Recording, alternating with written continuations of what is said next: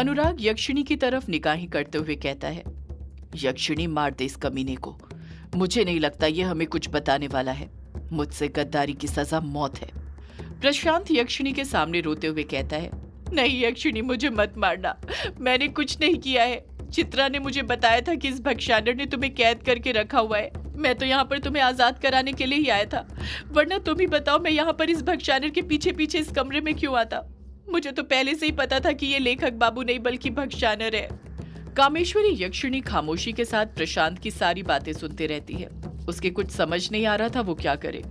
प्रशांत रोते हुए बार बार कामेश्वरी यक्षिणी के सामने अपनी जान बख्शने की गुहार लगाते जा रहा था और उससे कुछ न कुछ कहे जा रहा था, पर कामेश्वरी यक्षिणी थी कि खामोशी के साथ खड़ी हुई थी, जैसे उसके हाथ में कुछ था ही नहीं। उसके हाथों की डोर भक्षानर के पास बंधी हुई थी। कामेश्वरी यक्षिणी को इस तरह प्रशांत की बातें चुपचाप सुनते देख अनुराग गुस्से से भर जाता है। उसे ऐसा लगने लग जाता है जैसे कामेश्वरी यक्षिणी प्रशांत की तरफ हो रही है। वो प्रशांत उसका मन बदल रहा है। अनुराग कामेश्वरी यक्षिणी को घूरते हुए कहता है, यक्षिणी, तू ऐसे मूर्ति बनकर क्यों खड़ी है? तूने सुना नहीं मैंने क्या कहा? मैंने कहा मार दे इस प्रशांत को और अपनी वफादारी साबित कर। कामेश्वरी यक्षिणी अनुराग की बात मानते हुए प्रशांत का गला पकड़ने के लिए अपने दोनों हाथ आगे बढ़ाने लग जाती है। अगले ही पल कामेश्वरी यक्षिणी दोनों हाथों से प्रशांत का गला पकड़ लेती है और उसे दबाने लग जाती है। प्रशांत कामेश्वरी यक्षिणी के हाथ अपने गले से छुड़ाने की कोशिश करते हुए कहता है, ये तुम क्या कर रही हो यक्षिणी? मुझे क्यों मार रही हो? मैं तुम्हारा दुश्मन नहीं हूँ। ये भक्षानर तुम्हारा दुश्मन है। मारना ही है तो इसे मारो, मुझे नहीं। प्रशांत के ये बात कहने पर कामेश्वरी यक्षिणी अनुराग के चेहरे की तरफ अपनी नजरें तो करती है पर कुछ करती नहीं है, क्योंकि वो जानती थी कि इस वक्त वो चाहकर भी भक्षानर को नहीं मार सकती थी, क्योंकि इस वक्त भक्षानर उससे ज्यादा ताकतवर है। अगर उसने जरा सी भी चालाकी करने की कोशिश की तो भक्षानर उसे वापस से कैद कर सकता है, जो वो बिल्कुल नहीं चाहती थी। वो जानती थी कि प्रशांत को मारने के बाद ही वो आजाद हो पाएगी और भक्षानर का भरोसा जीत पाएगी। इसलिए इस वक्त उसका भरोसा जीतना उसके लिए बहुत जरूरी है। प्रशांत बहुत कोशिश करता है कामेश्वरी यक्षिणी के हाथों से अपना गला छुड़ाने की, पर कामेश्वरी यक्षिणी इतने कसकर प्रशांत का गला पकड़कर रखे रहती है कि प्रशांत चाहकर भी उससे अपना गला नहीं छुड़ा पाता है। एक कारण और था गला ना छुड़ाने का, वो था प्रशांत के अंदर का डर। प्रशांत के मन में पहले ये बात बसी हुई है कि यक्षिणी डायन है, जिस वजह से वो पहले ही मन से हार कर बैठा हुआ था। अनुराग गुस्से के साथ भक्षानर की आवाज में फिर बोल पड़ता है, बस गला ही दबाते रहेगी यक्षिणी की इसकी गर्दन इसके धड़ से अलग करेगी। जल्दी मार इसे। कामेश्वरी यक्षिणी प्रशांत की आंखों में देखते हुए मन में सोचने लग जाती है, मुझे माफ करना प्रशांत, मैं तुम्हें मारना तो नहीं चाहती, पर इसके अलावा मेरे पास कोई चारा नहीं है। अपनी आजादी के लिए मुझे तुम्हें मारना ही पड़ेगा। इतना कहकर कामेश्वरी यक्षिणी अपने अंदर गुस्सा भरने लग जाती है। प्रशांत को कामेश्वरी यक्षिणी की आंखों में अपनी मौत नजर आने लग जाती है। प्रशांत ना में अपना सिर हिलाते हुए डरते हुए कहता है, नहीं यक्षिणी, ऐसा मत करो, मत करो ऐसा। अगले ही पल कामेश्वरी यक्षिणी अपना सीधा हाथ प्रशांत के गले पर से हटाती है और सीधे प्रशांत के सीने के अंदर घुसेड़ देती है। कामेश्वरी यक्षिणी का हाथ प्रशांत के सीने के आर पार हो जाता है। प्रशांत दर्द भरी कराह के साथ चीख पड़ता है। दूसरी तरफ हाथ निकलते ही यक्षिणी का हाथ खून से सन जाता है। जब कामेश्वरी यक्षिणी प्रशांत के सीने से अपना हाथ बाहर निकालती है तो प्रशांत एक और बार दर्द भरी कराह के साथ चीख पड़ता है। कामेश्वरी यक्षिणी ने प्रशांत का दिल बाहर निकाल लिया था। प्रशांत इतनी कसकर चीखा था कि उसकी चीख ग्रेवयार्ड कोठी के अंदर गूंजने लग गई थी। अगले ही पल प्रशांत धड़ाम से जमीन के ऊपर गिर जाता है। जैसे ही प्रशांत का शव जमीन पर गिरता है, अनुराग कस कस कर भक्षानर की हंसी में हंसने लग जाता है। कामेश्वरी यक्षिणी अंदर ही अंदर अपने आप को कोसने लग जाती है। उसके हाथ में प्रशांत का दिल जरूर था, पर पहली बार उसके हाथ कपकपा रहे थे।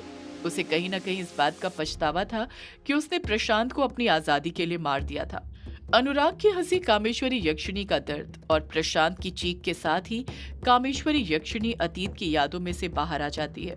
इस वक्त कामेश्वरी यक्षिणी युग और यामिनी के सामने खड़ी हुई है और उन्हें अपनी दास्तां सुना रही है। प्रशांत की मौत कैसे हुई थी ये जानकर कुछ पल के लिए युग और यामिनी भी खामोश हो जाते हैं। कामेश्वरी यक्षिणी की आंखों के सामने तो अभी भी वही पल गुजर रहा था जब प्रशांत अपनी जान की उससे भीख मांग रहा था और वो उसका दिल उसके सीने से निकालने जा रही थी। यामिनी कामेश्वरी यक्षिणी से कहती है, ये आपने क्या किया माँ? आपको प्रशांत जी को नहीं मारना चाहिए था। वो तो आपको वहां पर आजाद कराने ही आए थे। उन्हें पता था कि अनुराग अंकल के शरीर के अंदर भक्षानर का अंश प्रवेश कर चुका है।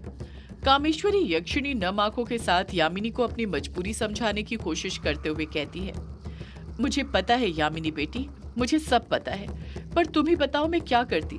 उस वक्त मेरी आजादी का वही रास्ता था मेरे सामने। अगर मैं उस वक्त प्रशांत को नहीं मारती तो कभी उस भक्षानर का भरोसा नहीं जीत पाती, ना ही उसकी कैद से आजाद हो पाती। यामिनी जानती थी कि कामेश्वरी यक्षिणी का कहना भी कहीं ना कहीं ठीक ही था, इसलिए वो चुप ही रहती है। युग नम लहजे के साथ कहता है, प्रशांत अंकल की ये कुर्बानी मैं कभी नहीं भूल पाऊंगा। उन्होंने हर वक्त माँ की मदद की। अगर वो माँ की मदद नहीं करते तो शायद माँ भी उस भक्षानर की कैद में होती। उन्होंने ही तो माँ को कहा था कि वो ग्रेवयार्ड कोठी छोड़ दे, वरना वो तो वहीं पर रहने वाली थी। कामेश्वरी यक्षिणी हामी भरते हुए कहती है, तुमने बिल्कुल ठीक कहा युग।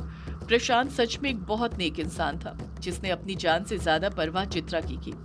एक देवर होने का फर्ज पूरे दिल से निभाया था। युग और यामिनी खामोश ही रहते हैं। उनके चेहरे से साफ समझ आ रहा था कि प्रशांत के जाने का गम उन्हें अभी भी था। यामिनी कामेश्वरी यक्षिणी से फिर पूछ पड़ती है, प्रशांत जी की मौत के बाद फिर क्या हुआ था माँ?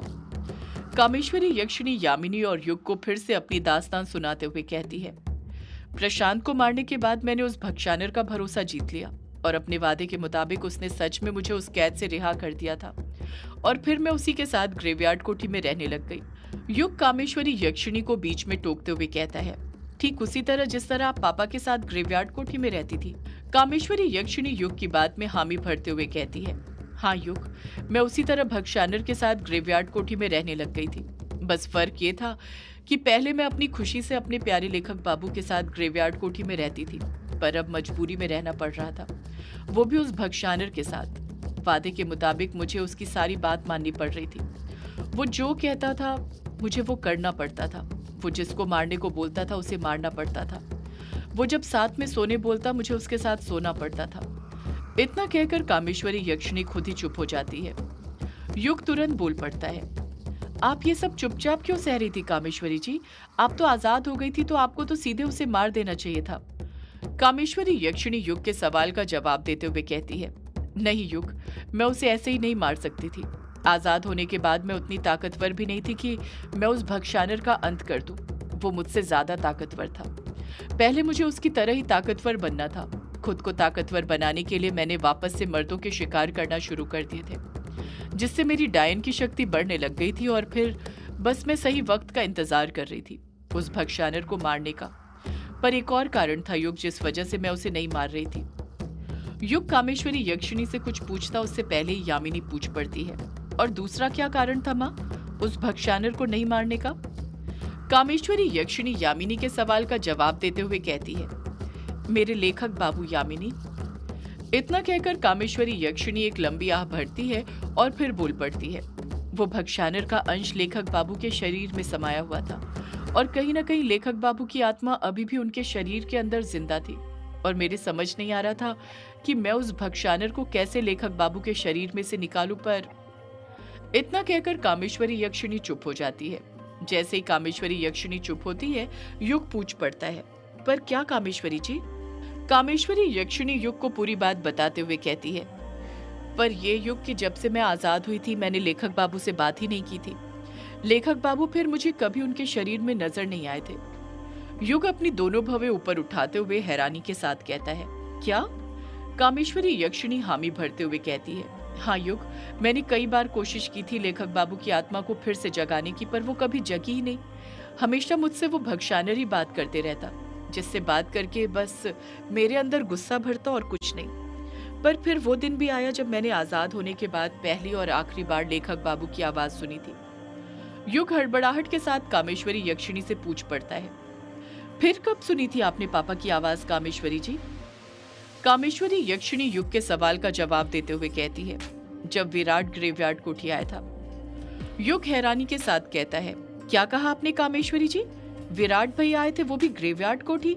कामेश्वरी यक्षिणी हामी भरते हुए कहती है, हाँ युग, मुझे वो रात अच्छे से याद है, क्योंकि वो रात अमावस्या की थी।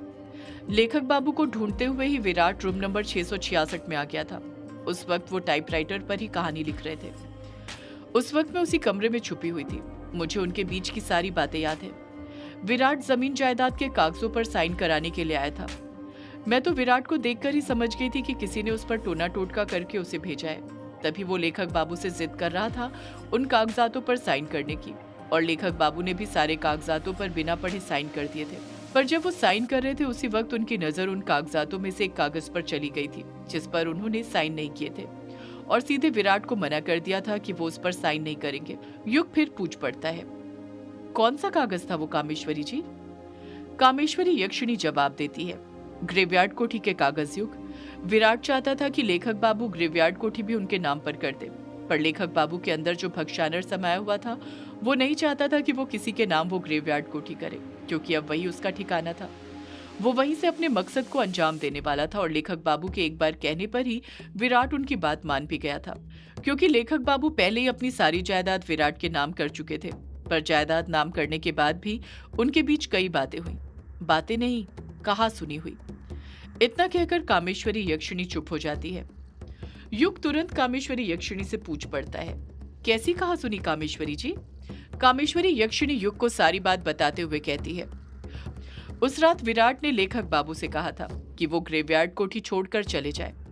ग्रेवयार्ड कोठी क्या, कहानी लिखना ही छोड़ दे, क्योंकि यक्षिणी की कहानी ने उनसे उनका सब कुछ छीन लिया था। चित्रा को तो अलग कर ही दिया था, साथ में युग तुम भी दूर हो गए थे उनसे।